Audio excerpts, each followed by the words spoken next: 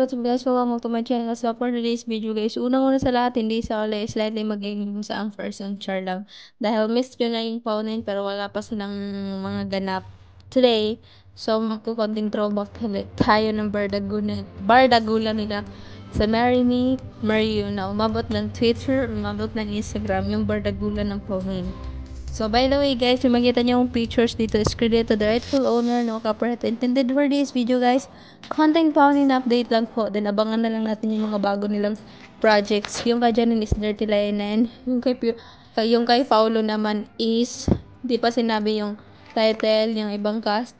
Papakita, di pa pinakita. So, abangan na lang natin sila dun. So, ayun guys, enjoy watching. So, ito yung bardagulan nila, guys. Throwback Bardagulan. Marry Me, Marry You days. Doon na nagsimula ang lahat. So, ayan siya guys. Enjoy watching. Siya ni Janine. Minsan bagay, minsan kabardagulan. Marry Me, Marry You, medyo on. Marry Me, Marry You.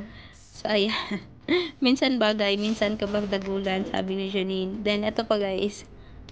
Ito pinost to ni Janine. Ayan yung caption ni Janine. Caption this with heart. White heart emoji. Marry Me, Marry You, 5 days to go. Then, nag-comment si Darren Ngiti na may planong bardagulan sa Twitter. Janine, changing the caption to this.